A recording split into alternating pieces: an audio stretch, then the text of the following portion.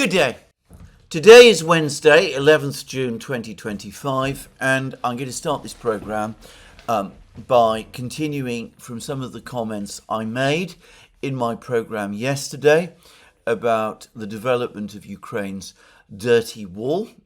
This is a quote from the Washington Post, the article written by David Ignatius, which discussed the so-called anti-asymmetrical measures that Ukraine is increasingly thinking of taking as the conventional war, the war that is being fought by the armies in Ukraine itself, turns decisively against it. So I make no apologies for using this term, dirty war. It's not mine. As I said, it belongs to the editors of the Washington Post and quite plausibly to David Ignatius himself. Anyway, I spoke at length yesterday about my own deep discomfort and worry about the fact that my own country, Britain, is suspected by the Russians and strongly suspected by the Russians and plausibly suspected by the Russians of deep involvement in this dirty war. And I said that there would be consequences. I was worried that there would be consequences for Britain, and I was very concerned about what those consequences might be. Over the course of my program yesterday, I also mentioned reports that a British visa centre in Kiev had been attacked. I expressed concerns that this was a case of a Russian attack on embassy premises in Kiev, British embassy premises in Kiev, that might be covered by the Vienna Convention. I said that to my knowledge, the Russians have never done any such thing before, that an attack on embassy premises, as I discussed at the time of the Israeli attack on the Iranian embassy buildings in Damascus, that such an attack would certainly be a violation of the terms of the Vienna Convention and would be a violation of international law. I said that I was very surprised that there'd be no discussion of this attack in the British media, and that made me wonder whether perhaps the reports about the attack on the visa centre might be untrue. Well, sure enough, a few hours after I made my programme, an article duly appeared in the Daily Telegraph, which confirmed that the attack on the building housing the British visa centre in Kiev had indeed taken place. So the fact that this attack took place is now indisputable fact, though the article implied, though it did not quite say, that the building in question is not diplomatic property protected by the Vienna Convention, which would mean that the attack on the visa centre by the Russians was not contrary to international law and did not violate the Vienna Convention. As a matter of fact, and I happen to know this, in some capitals you will find that some embassies operate visa centres in buildings that are not considered diplomatic property. And it's entirely possible that this was the case with this British visa centre in Kiev. Anyway, I sincerely hope that this was the case, because otherwise this would be a major and very disturbing escalation by the Russians. It is still an escalation. Attacking the property of the British government, because that is what presumably this facility was, is still an act of escalation by the Russians. And though there's almost nothing said about this attack in the Daily Telegraph, I have to say that, putting aside the question of whether Ukrainian special forces were indeed being trained by the British in this building, as some reports in Russia claim, it is nonetheless a serious escalation and clearly a very strong signal by the Russians to Britain. And of course, this follows after other actions that the Russians have taken directed at Britain, such as the closure of the British Council offices in Russia and the campaign that we are told the Russians are now going to undertake to try to persuade friendly countries to close down offices of the British Council located on their territories on the basis that these are, in fact, engaged in intelligence gathering. Something, the truth of which, of course, I do not know and in no way seek to confirm. But anyway, since I made this program, since I made my last program, it is not just the attack on the visa centre that we've had more details of, but I now have what I believe to be an actual text of the comments made by the Russian Foreign Minister Sergey Lavrov, in which he criticised Britain. And one of the rather piquant aspects of this is that Foreign Minister Lavrov actually made these comments to none other than Larry Johnson, who, along with several other people, is currently in Moscow and had a further meeting with Foreign Minister Lavrov. So Larry Johnson apparently asked Lavrov certain questions about what obstacles or challenges does Russia face in conducting the special military operation, and might these lead to it being upgraded to a counterterrorism operation, topics that I have been discussing at length. And over the course of his reply, which did discuss what the Russians consider to be acts of terrorism committed by the Ukrainians on Russian territory, Lavrov went on to say this: obviously, Ukraine is responsible for all that, but it would be helpless without the support of the Anglo-Saxons. We can omit the Saxons now and just say without the support of the English. It is possible that by inertia, US intelligence services are still involved, but the British are involved 100%. Measures should be taken not only by Russia's Federal Security Service, the FSB in other words, it has a load of work, but also the Interior Ministry, the National Guard, and other security services. It is important to enhance what we used to call public vigilance. This is being taken care of. You're right when you say that there are high risks of terrorist acts. We can see it. We will do anything to suppress these threats and prevent harm to the Russian public. Now, not only do these words of Lavrov directly implicate the British, but very much, as I discussed in my program yesterday, Lavrov is basically saying that the Russians have intelligence information about British involvement. The British are involved 100%. It may be that the Americans are not, that they may be functioning now by pure inertia. I doubt that, by the way. But the Russians are absolutely sure that they are still, in fact, that they are fully implicated in all of the things that the Ukrainians are doing.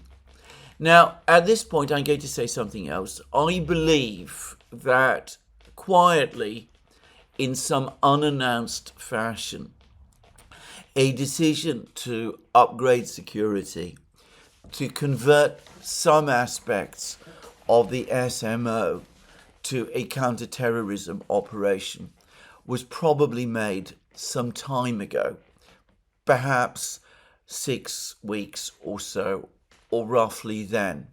And here I'm going to touch on certain facts. Now, when I visited St. Petersburg about 2 weeks ago to attend the legal forum there, when I arrived at Pulkovo airport in St. Petersburg, which was my entry point into Russia. I was taken away for questioning and was questioned for several hours by, I should stress, extremely courteous Russian officials who took a very great deal of information from me. They were very, very interested to know who I was and what I was doing and why I was traveling to Russia. Now, I was traveling to Russia, as it happens, at the invitation of the Constitutional Court of Russia, with all the arrangements sorted out and agreed in advance. The Russian authorities, the Russian Ministry of Justice, were very fully aware of my visit, and nonetheless, I was, as I said, carefully questioned before. With great courtesy, I was eventually allowed in. And I've heard that other British passport holders who are trying to enter Russia are encountering the same level of questioning and scrutiny when they arrive at the Russian border. By the way, in no way do I suggest that this is in any way inappropriate or wrong. States have a full right to take whatever action they deem appropriate to control entry into their country via their borders. The United States does it, Russia does it, China certainly does it, and there is absolutely nothing inappropriate or wrong about that. And I wasn't embarrassed or put out by what took place at the embassy, at the border in any way. But anyway, there it is. And as I said, I do understand that other British passport holders have been encountering the same issues. Now, completely by coincidence, I obtained further information over the course of the last couple of days, information which I am not going to discuss in this program. This is deeply confidential information, which also suggests that unregulated contacts, if I can put it like that, between British citizens, even people who are not British officials, and people in Russia are now coming in for a lot more attention than was the case before. So all of this, in my opinion, should be taken together in conjunction with the decision to close down the British Consul offices in Moscow and the strike on the visa centre in Kiev. It seems to me that some weeks ago, probably after considerable pressure from the Russian security services, and undoubtedly after intelligence was provided, and I'm not saying necessarily, by the way, that intelligence is true. I haven't seen it and I don't know what it is, but the Russians do have very sophisticated intelligence gathering facilities, as I discussed in my previous program. Anyway, after intelligence was provided, the Russians are taking steps to basically curtail contacts between Russians and people from Britain, and at least, if not to stop them entirely, which I don't get the sense is the plan, to make sure that the Russian security authorities are very well informed about what is going on. So that is one thing. The second thing is that Larry Johnson, prior to his meeting with Lavrov, mentioned that he'd arrived in Moscow and had noticed that there is much, much more visible security in the city than had been the case during his recent visits. There are more pictures of police officers now, armed police officers in various places. It looks as if the Russians are taking precautions. And again, that appears to have begun before David Ignatius's article appeared.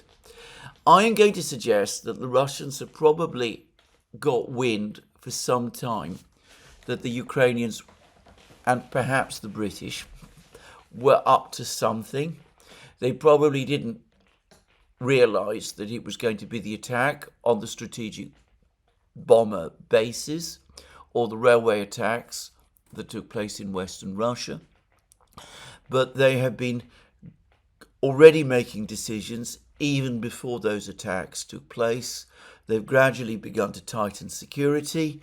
They are now, as I said, taking steps to keep track on contacts, and no doubt, and this takes us back to what Lavrov was saying, a lot more is now coming. Measures should be taken not only by Russia's Federal Security Service, it has a load of work, very interesting words by the way, but also the Interior Ministry, the National Guard and other security agency services. It is important to enhance what we used to call public vigilance. This is being taken care of. You are right when you, that is to say Larry Johnson, says that there are higher risks of terrorist acts. We can see it. We will do anything to suppress these threats and prevent harm to the Russian public. So there we go. As I said, I think that the Russians have been aware that something was going on. They've picked up some of the chatter. They probably didn't get a complete understanding of what was happening. Clearly, the attack on the bases took them by surprise, at least to some degree. And but from now on, they're going to start tightening up more and more and taking further and further precautions. Now, I said that the Russians were taken by surprise by the attack on the bases. Perhaps they weren't taken as completely by surprise as might initially appear to be the case. I repeat what I've said in various programs, which I think is now fully corroborated, that the actual attack on the bases did do some damage, but it didn't do anywhere near as much damage as the Ukrainians might have intended. It seems perhaps one bomber or maybe two bombers were completely destroyed, but the rest of the damage to the military aircraft was mostly repairable. So perhaps, and especially given reports that when the drones started to take off from the containers, civilians intervened to prevent the drones flying and all kinds of other things happened in various places. Well, perhaps there was a high degree of alert around the bases already than we have been informed about. Obviously, this was not the highest alert because it's unlikely that the Russians imagined that the bases themselves would be the target of attack, and undoubtedly they did not anticipate the attack in the form that it eventually took, but perhaps they did have some sense that something was coming, and it could be that base commanders and some of the security details were already taking precautions at least some level, which explains why the damage done was not as great as the Ukrainians perhaps hoped. Just saying. A very speculative, I accept, and, we don't know the full story. But anyway, all of this deepens my concern. As I said, it does look as if, with the situation on the battlefields going badly wrong, the Ukrainians are now intensifying, as we put it, their asymmetric war against Russia. I've had a even more disturbing message from another party, somebody who's been in contact with me in the past and who I judge to be extremely well informed indeed, who has provided me with some suggestions, I'm going to call them suggestions, about how Ukraine might indeed try to interfere with shipping involving Russia, including shipping of third parties. I'm absolutely not going to disclose what this report said, this message said, because doing so, I think, would be potentially embarrassing to the person who provided this information. But anyway, suffice to say that I found the information, which of course I can't corroborate, in this message extremely worrying indeed. And it did suggest again that the Ukrainians were not acting by themselves. And it also suggested, by the way, that the Russians at some level at least have for some time been aware of what the Ukrainians are up to and have been keeping track of it. So we can already see that this dirty war that David Ignatius was talking about is already underway and has been underway for some time. I suspect that the full green light for it was given in that meeting that took place in Washington around the late spring, early summer of last year, when the Biden administration was still in office. I've discussed this meeting several times.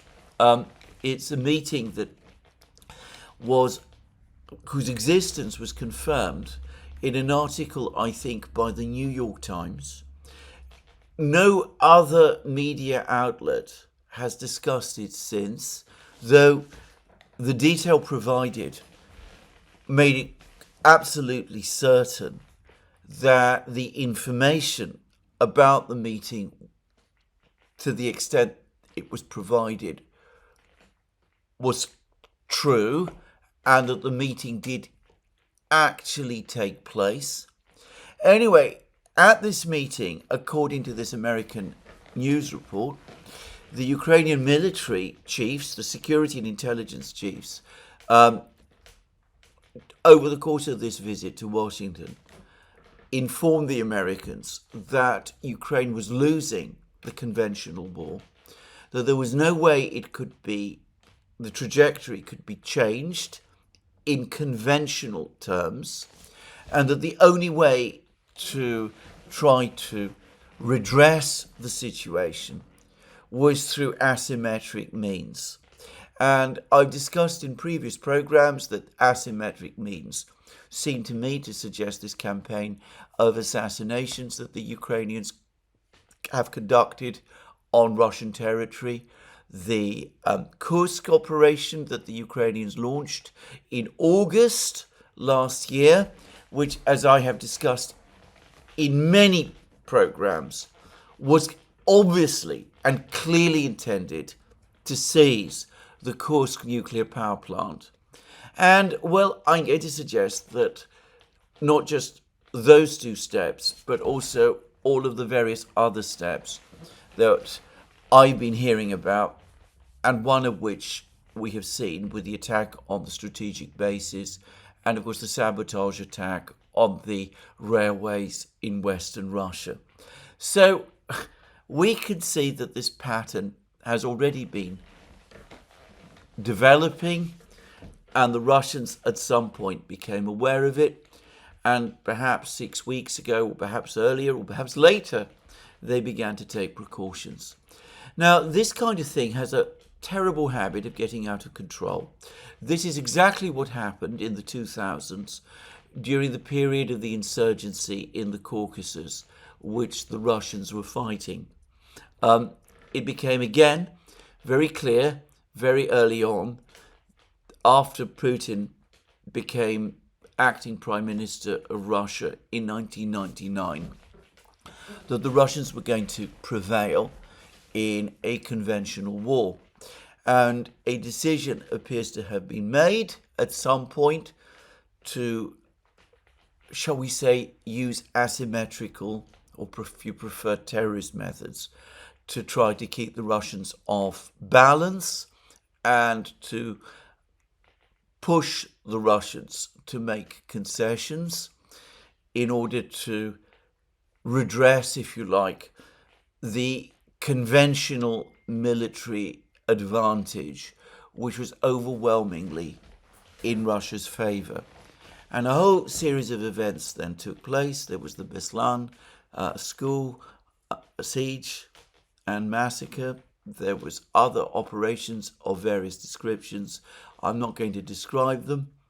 But the key thing is that the Russians, and Putin has complained about this many times, and no one in the West, so far as I know, has ever contradicted him.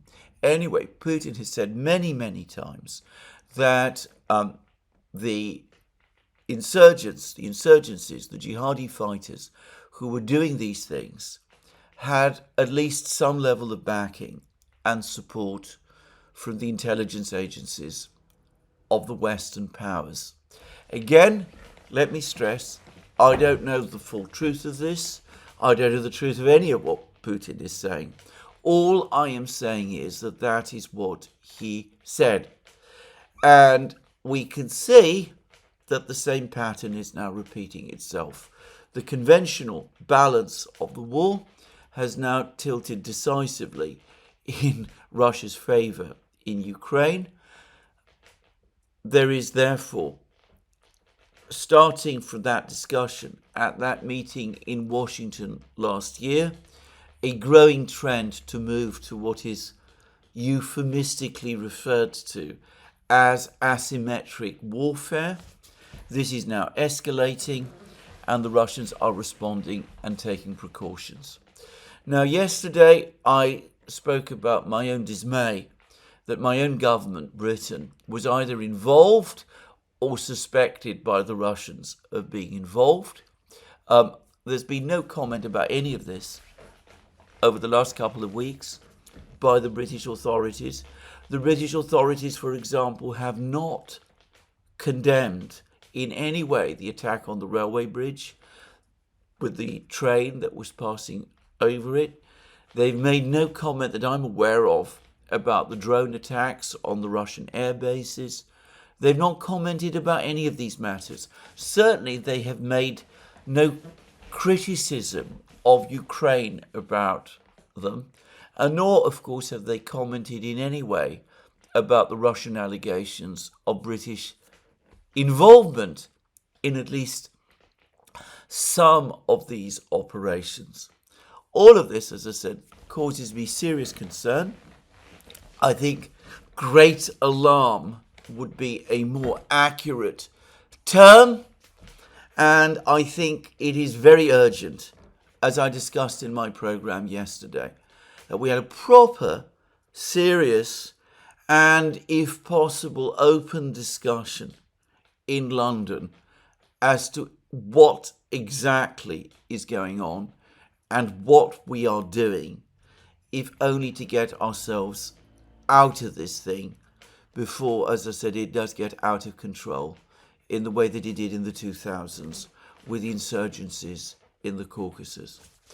Can I just say that this is a terrible mistake by Ukraine. The Ukrainians have clearly indicated again that they are deeply resistant to any idea of making peace on anything remotely approximating to Russian terms.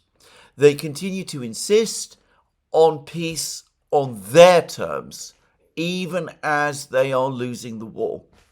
They seem to be aware at some level, in fact I'm sure they're fully aware of the fact that they are losing the war. I will come to that shortly. But rather than face that reality and make the political decisions that logically follow from that, they are turning instead, and everything one knows about the Maidan movement and the way it has behaved make this completely unsurprising. They are turning instead to these sort of methods.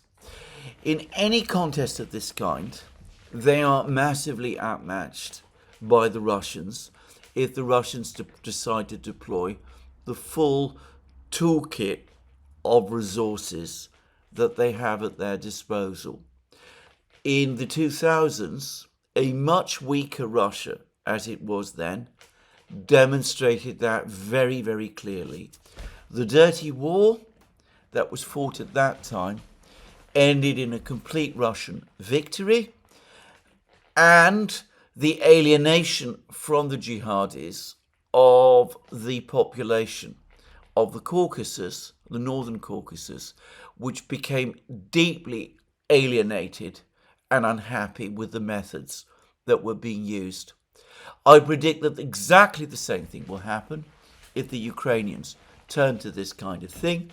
And as I said, it will not only end in bringing about an even more complete defeat for them, but it could also turn against them some of the people, perhaps most of the people, in their own country, when the full nature of what is being done becomes clear. But anyway, that is my view. What the Ukrainians are going to do, I'm not going to, try and advise them. I've given my advice. I'm absolutely sure that they're not going to pay any attention to it because, we've seen, as I said, consistently how the Ukrainians act and have been acting ever since the Maidan events of 2013, 2014. And it is inconceivable now, or so it seems to me, that they will change the pattern of what they do. But in Britain and any other Western country that is thinking about becoming involved in this sort of thing, my strong advice is don't. There is a profound moral and political cost, and it's quite likely that there will be other costs over and above and beyond that, which I don't want to discuss, given that they involve my own country. Anyway, that's what I wanted to say. We are going to a dark place, and I don't doubt that there's anything I can do, or anyone else can do, by the way, to prevent us going there. But as I've said many times in many programs, when I say these things, when others also say things that are similar at various times, it is as well to say them, even if saying it initially at least makes no difference, because it is very important always to realize that in every situation of this kind, whenever we reach this kind of point, there are options. There are options between going forward and doing all of these things with all the price that comes with that, and of not doing them, and perhaps instead of facing realities and building peace. Anyway, let's now turn to other connected subjects. Vladimir Medinsky, the chief Russian negotiator, has now been talking quite a lot, and he's been giving interviews, including one, interestingly enough, to the Wall Street Journal. Anyway, he's been giving interviews all over the place, and he's been making himself very visible, and he said some very interesting things.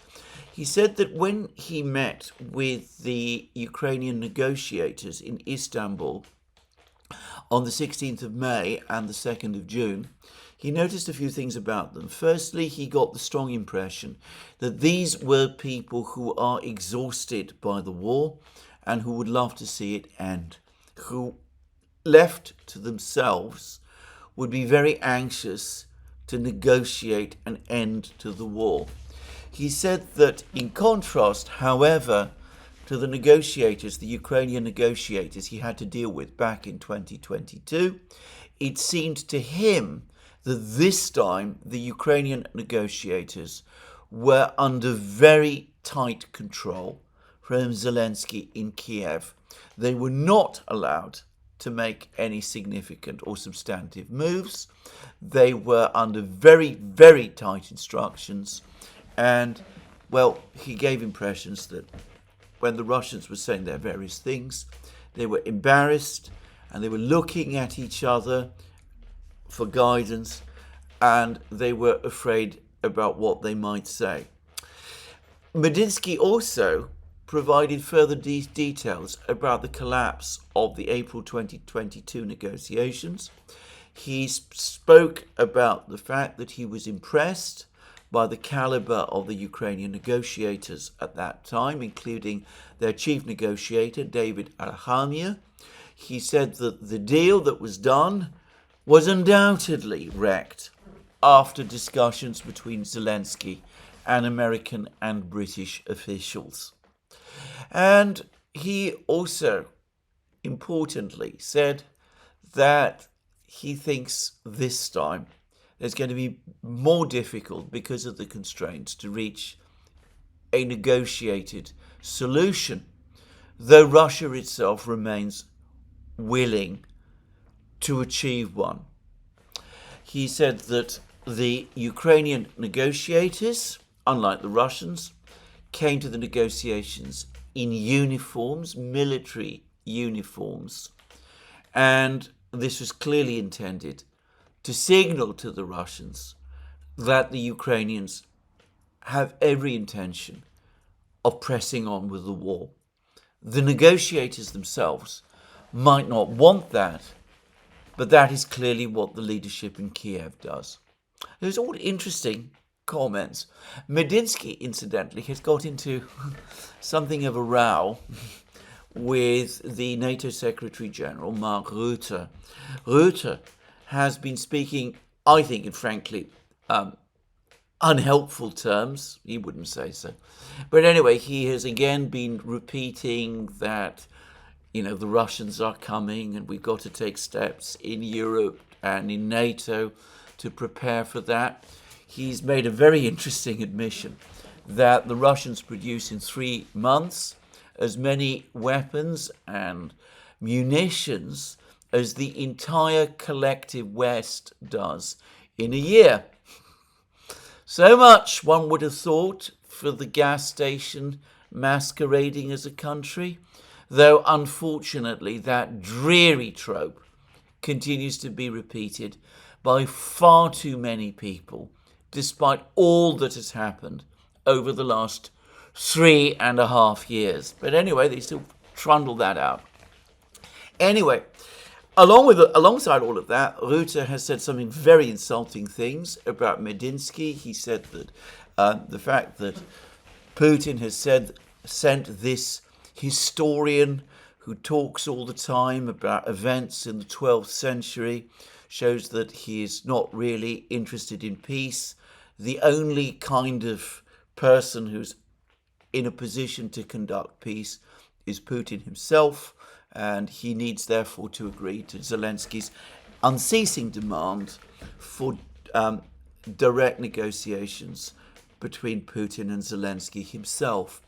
I don't think it is at all helpful at any time in any sort of negotiation to start saying rude and unhelpful things about the other side's chief negotiator. Just saying, it seems to me, well, not just discourteous, but profoundly undiplomatic practice.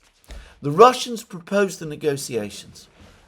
This is a fact which many people seem to overlook, but it was Putin on the 11th of May who suggested a meeting between the Ukrainians and the Russians.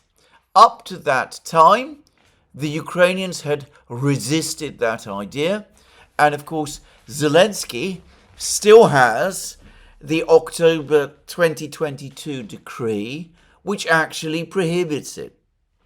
So if the Russians propose negotiations and the Ukrainians, however grudgingly, agree, which they did, they met with the Russians twice in Istanbul on the 16th of May and on the 2nd of June, then it seems to me that the least one can do is to accept the other side's negotiator.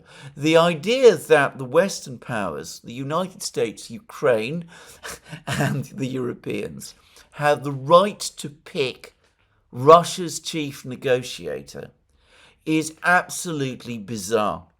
I've never heard of such a thing before. It is unknown to me, and it is unknown, so far as I'm aware, in diplomatic practice.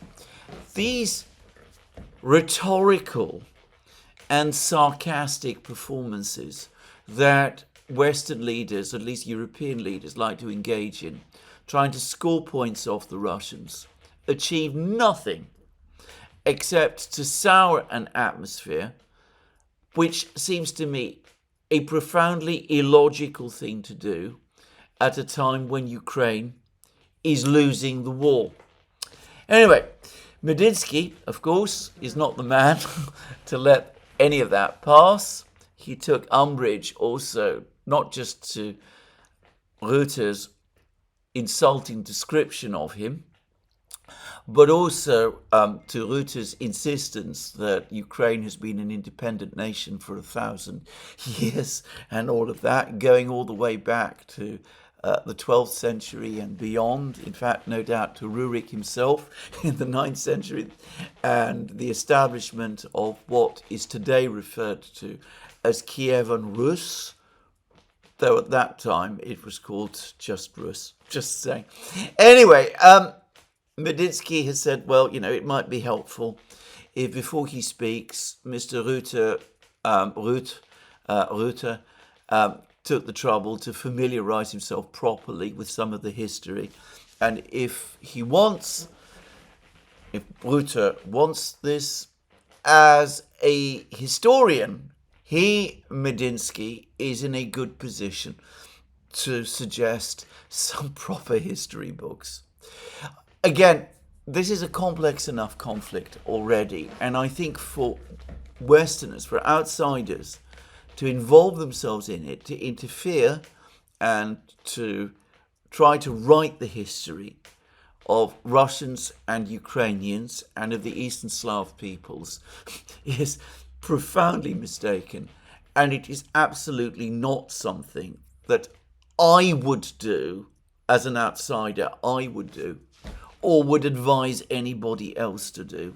Certainly not at a time when negotiations are supposed to be underway. Anyway, that's Reuter and Medinsky. The Europeans, NATO, in effect, therefore, doing exactly what Zelensky is doing, pouring cold water on the entire Istanbul negotiation process, which it is important to remember, by the way, is the only negotiation process in existence at all. I mean, if there is no negotiation process taking place in Istanbul within the existing format, then we're back to where we were just a few months ago, when there were no negotiations whatsoever. Just saying. But anyway, all of that seems to me very strange and very bizarre, coming at a time when Ukraine is actually losing the war. One would have thought that, given that Ukraine is losing the war, keeping Ukraine engaged with Russia in negotiations might be the absolutely correct and proper thing to do if one is trying to help preserve Ukraine. Anyway, there's another thing I want to say about Mark Rutte, which is, of course, echoed by things that other European officials are saying. The head of German intelligence, for example, has just been speaking, and he's only the last one. He's come up with a scenario where the Russians foment some kind of a crisis in Estonia. They then send special forces, the little green men, in presumably civilian dress, into Estonia to fan the crisis even further. Then those little green men become more visible and presumably put on their uniforms, and a Russian military presence is established in Estonia itself. And then there is a crisis, and then at that point NATO and above all the United States are confronted with the question of what are they going to do. Are they going to stand by Estonia in accordance with their Article 5 treaty obligations and risk World War III? Or do they abandon Estonia and the Baltic states to their fate, in which case the outcome would be completely dishonourable, and that would be the end, in effect, of NATO and of the Western alliance. All of this sort of stuff. You get it every day in the media, in the West, all the time. The Russians are coming. We got 3 years or 5 years. We got until 2030, or is it 2040, or even 2050? And if we don't rearm and rearm fast, then the Russians will come and will swallow us all up, and we'll all be talking Russian.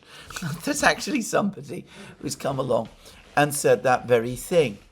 Now, there is of course, a view, and it's one that I think has a lot of weight behind it, that all of this is absolute fantasy and completely unreal, that none of these people who are saying these things generally believe any of that.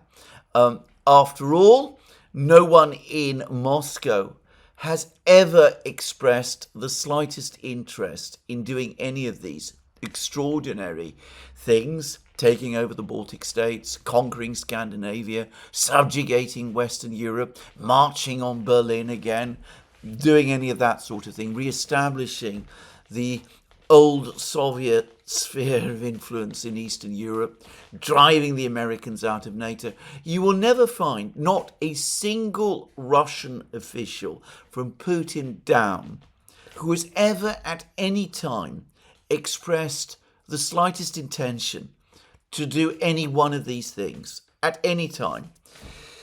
Now, as I said, it's possible to assume that these people in the West, these intelligence officers and politicians and media commentators and all of them who are spreading these stories, know deep down or know fully that they are not true. I think that whilst that is true overall, it does actually miss something important about the moment we are in.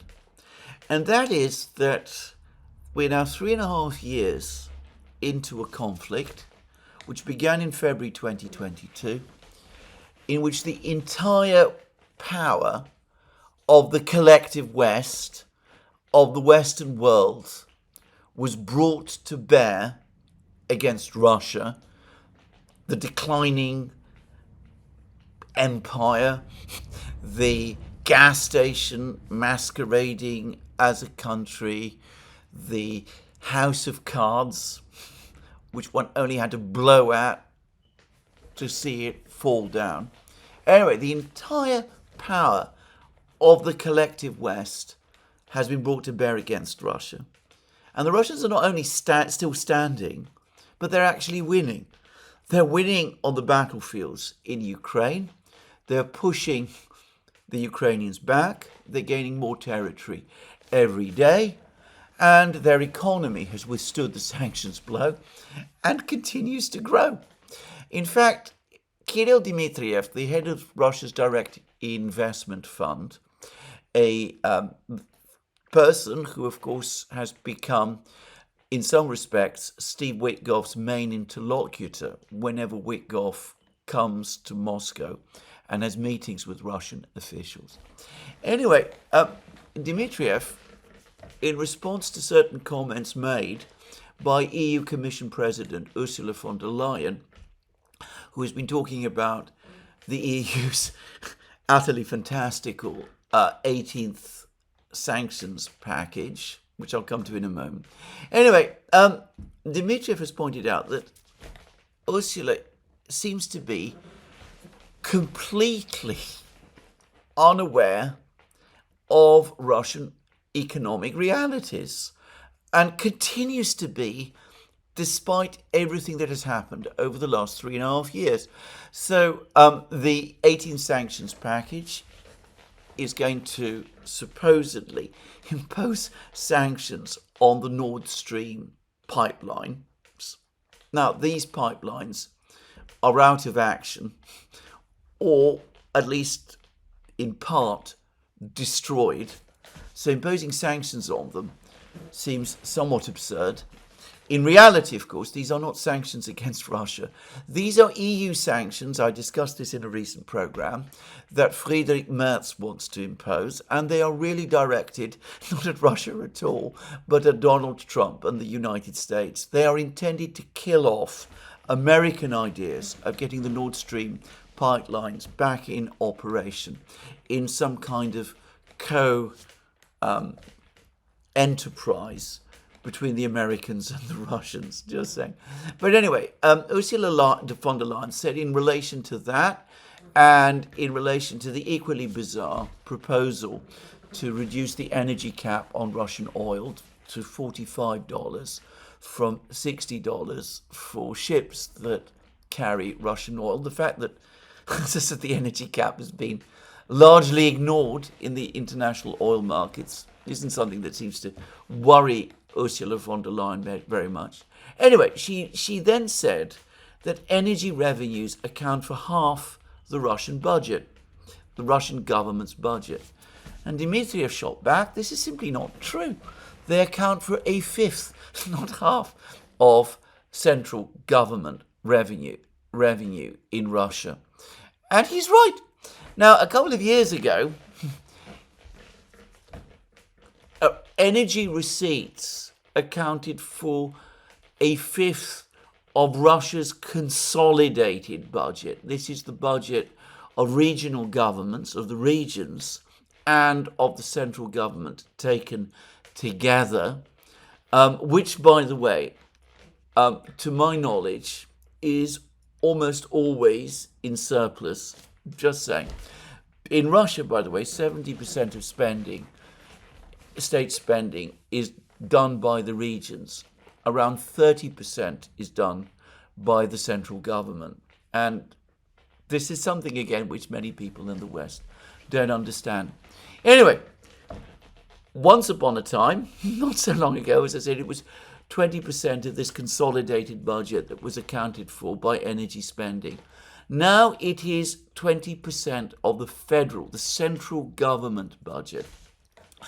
I have heard, though I cannot confirm, some people perhaps can do so, that the share of receipts to the entire consolidated budget is now well below 20%.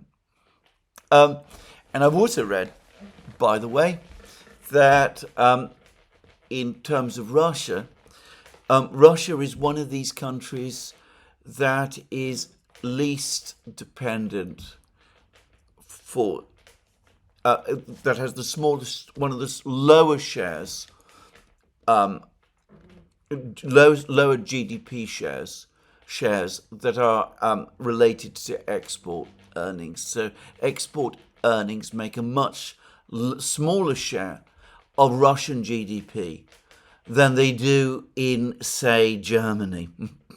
So that Russia is less dependent, much less dependent on external trade than, say, Germany is. That, by the way, I absolutely believe. Anyway, the point is, coming back to what Rutte and all of these others who talk about the Russian threat are basically worrying about, is that they've thrown everything that they possibly can at Russia. They've thrown sanctions, they've given weapons to Ukraine, they've given Ukraine enormous levels of intelligence, they give Ukraine every type of support that they can, and yet in spite of that, Russia is not only still there, but it is winning, and Ukraine, and by extension, the collective West, is still losing. Rutte has said it himself. Russia produces more weapons in 3 months than the entire collective West, including the United States, produces in a year. In fact, I think Rutte is wrong. I think the balance is actually even further in Russia's favour than he realises. Moreover, as I have discussed in many places and many times, it is simply not true that Russia is running a militarised economy. a mobilization economy. Defense spending perhaps accounts at the moment in Russia for around 6% of GDP. The Germans and other countries are talking about diverting civilian factories to start producing heavy weapons like tanks, armored vehicles, that kind of thing. Car factories to, producing armored vehicles. In other words, taking factories out of civilian production in order to convert them to military production. Now, that is a military economy. It's what happened in the United States and in Europe and in the Soviet Union during the Second World War. Now, I'm not saying that nothing like that has happened at all in Russia, but it has not happened on any significant scale.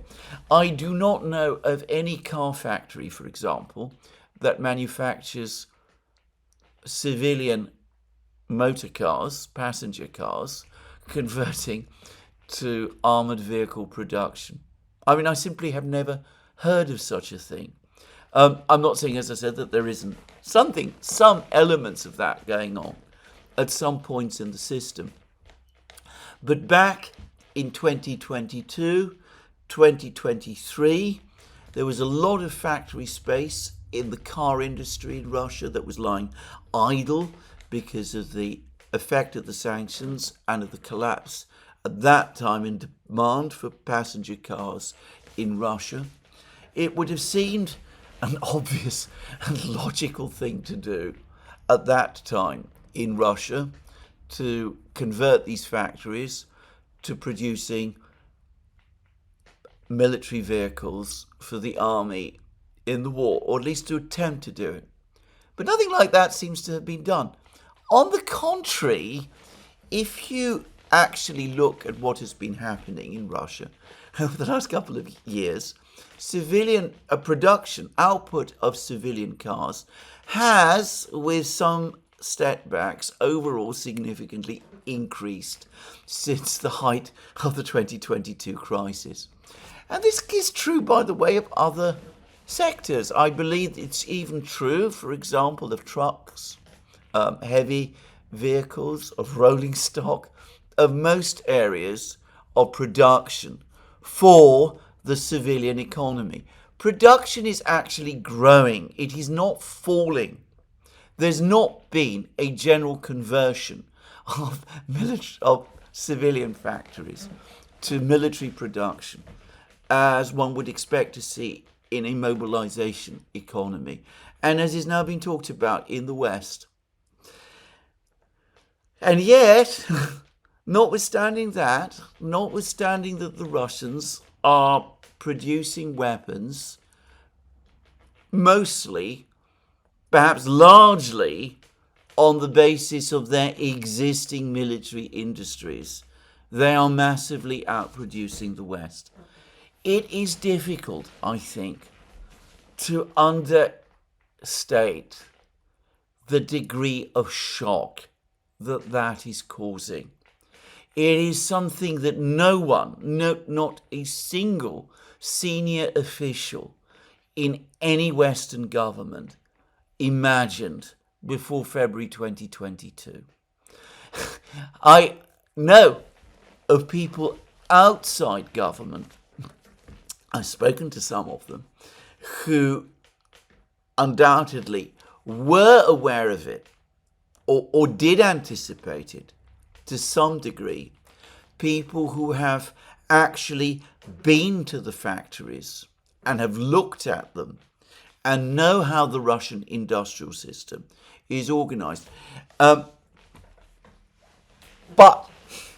all of them that I have consulted have told me one and the same thing, that no one ever from government reached out to them or spoke to them or has even now done so. So people like Rutte and all of the others find themselves in a situation completely different from the one that they imagined. And it has come as a very profound shock.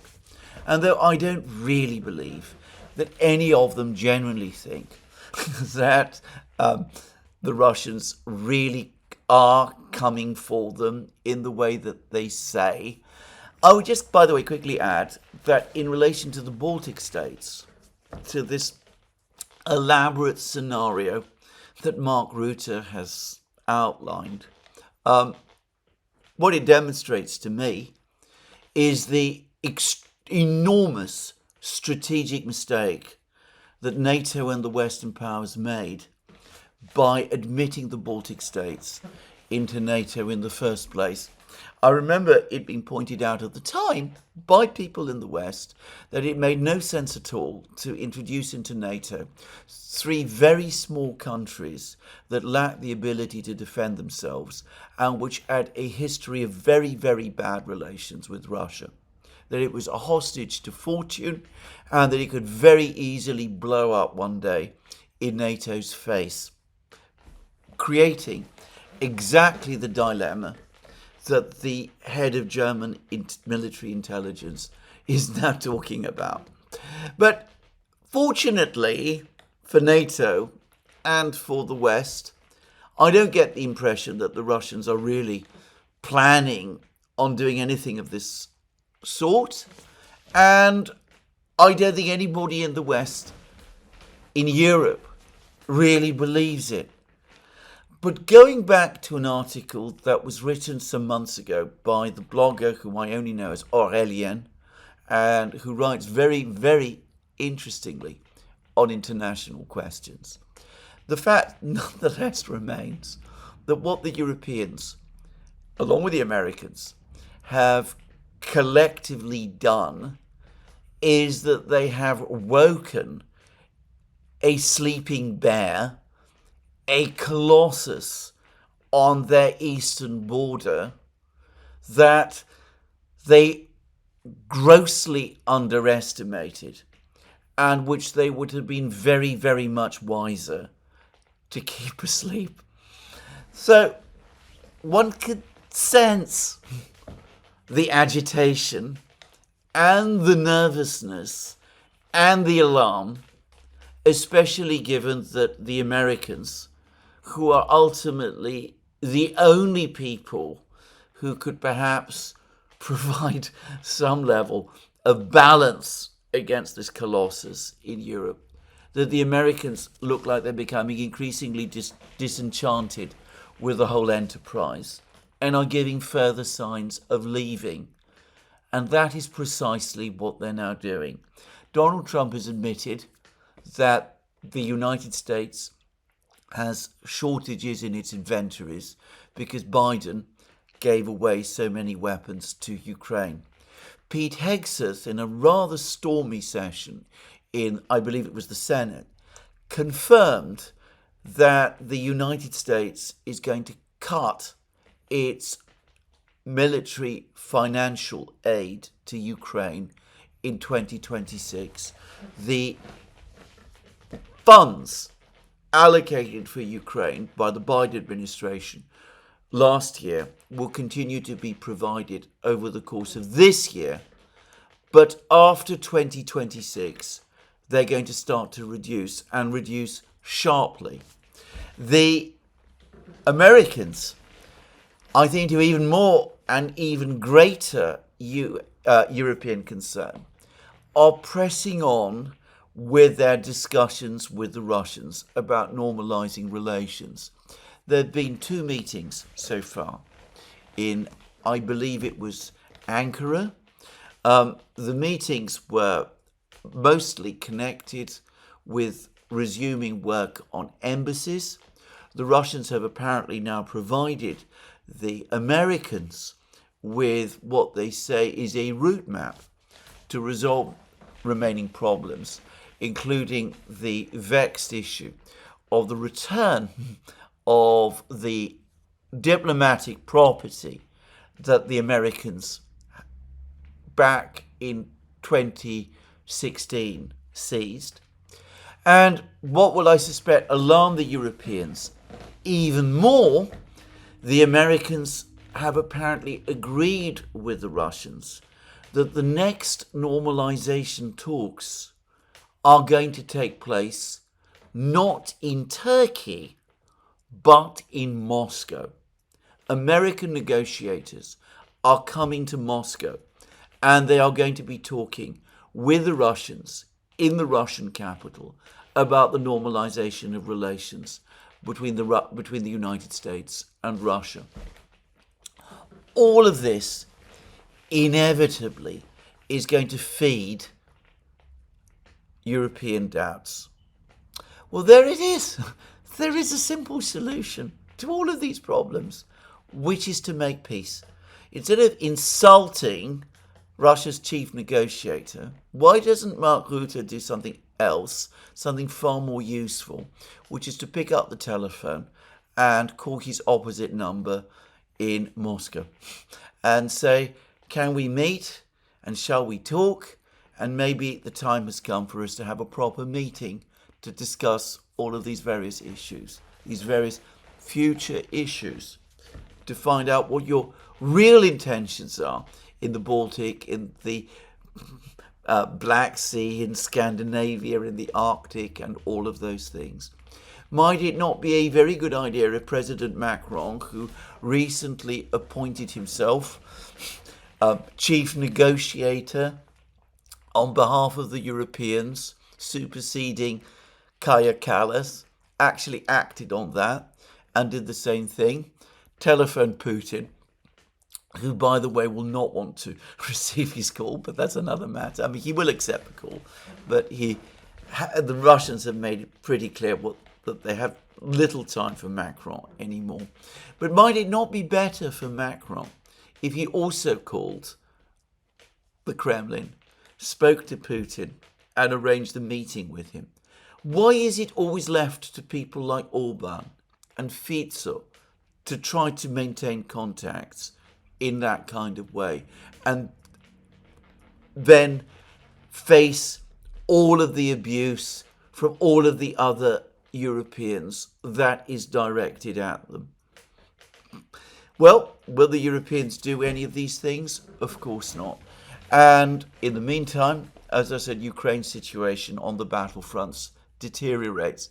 Now, over the last 24 hours, there's been a lot more detailed news about the progress of the war. And I say progress of the war, it's entirely progress now in one direction. The Ukrainians have made some attempts to break into Totkino in Kursk region. Apparently they have been completely driven back. I'm not even sure that they're in Kursk region any longer, controlling a few fields around Totkino. But anyway, the Russians have pushed them back. Everywhere else, the Russians continue to advance. As I said, Yunakovka, the village which I talked about yesterday, the fortified village in Sumy, is apparently basically cut off from resupply. It's going too far to say that the Ukrainian troops there are in a cauldron or encircled. They still have lines to retreat, but that's probably before long what they're going to have to do. The Russians are advancing in other places as well. They're advancing west of this forest towards the city of Sumy itself. They're making it fairly clear, by the way, or at least group of forces north is, that the city of Sumy is an objective. They refer to it always rather elegantly as the regional capital. Just saying. The Russians don't appear to think that this great forest that we've been hearing so much about north of Sumy is the great obstacle that people say. Indeed, the Redovka, the Russian newspaper, actually said that rather than try and fight the Russians in this forest, which is a light, deciduous forest, apparently, the Ukrainians are more likely, in order to try to slow the Russians, to set the entire forest, into talking about a huge forest, to try to set it on fire. I don't know whether that is true, and I'm not going to try and make any guesses. The Russians are continuing their operations around Konstantinovka. They are now continuing their advance north of Chasiv Yar, which, as far as I can see, they now almost entirely control. There is reports that they are gradually developing a cauldron for the Ukrainian troops located south of Konstantinovka, a bigger cauldron. The Russians, if I can say, are somewhat baffled that the Ukrainians on south of Konstantinovka have not so far retreated into the city itself. They seem to feel that, at least as I say, Russian commentators are baffled, that the situation is working by keeping the Ukrainian troops south of Konstantinovka. The Ukrainian command is helping the Russians by creating conditions for this cauldron. The Russians are now not only well to the west of Pokrovsk, but they are now well to the northeast of Pokrovsk as well.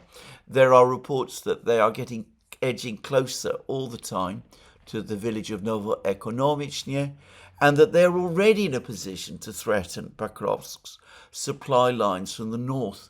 There is talk about an encirclement of Pokrovsk underway. Incidentally, since I'm on the topic of Pokrovsk, somebody who writes the same thing on the threads to my videos has also now written to me, saying that his grandmother couldn't find Pokrovsk initially on an old map, but when she did, she found it was a tiny point, and it really calls into question the Russians' ability to capture this place. I wonder how old the map is, because of course Pokrovsk wasn't called Pokrovsk until 2016. Before 2016 it was called Krasnoarmeysk, and it had basically had variants of that name until going back, I think, to 1934, when it was called by a completely different name again.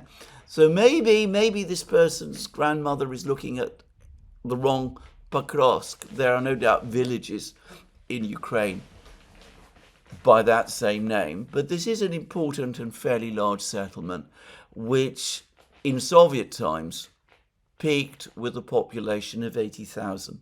Just saying. So anyway, it does look as if Pokrovsk itself is being encircled. And more importantly, perhaps most important of all, the Russian advance in Dnipro region continues and is apparently accelerating. And it seems that there are insufficient Ukrainian troops to withstand it. There's even a Ukrainian claim that the Ukrainians are outnumbered 5-1 in Dnipro region. And this is an area without the dense forests or the villages, the small villages and towns. It's mainly open steppe land, territory which tends to favor an attacker who, like the Russians, has overwhelming air superiority. By the way, I should say that I agree with the person who has also written to me that if it is indeed the Ukrainian plan to try and hold territory using fiber optic drones rather than troops, that seems a very misconceived idea. It seems equally misconceived to me, but I have reports that is indeed the plan.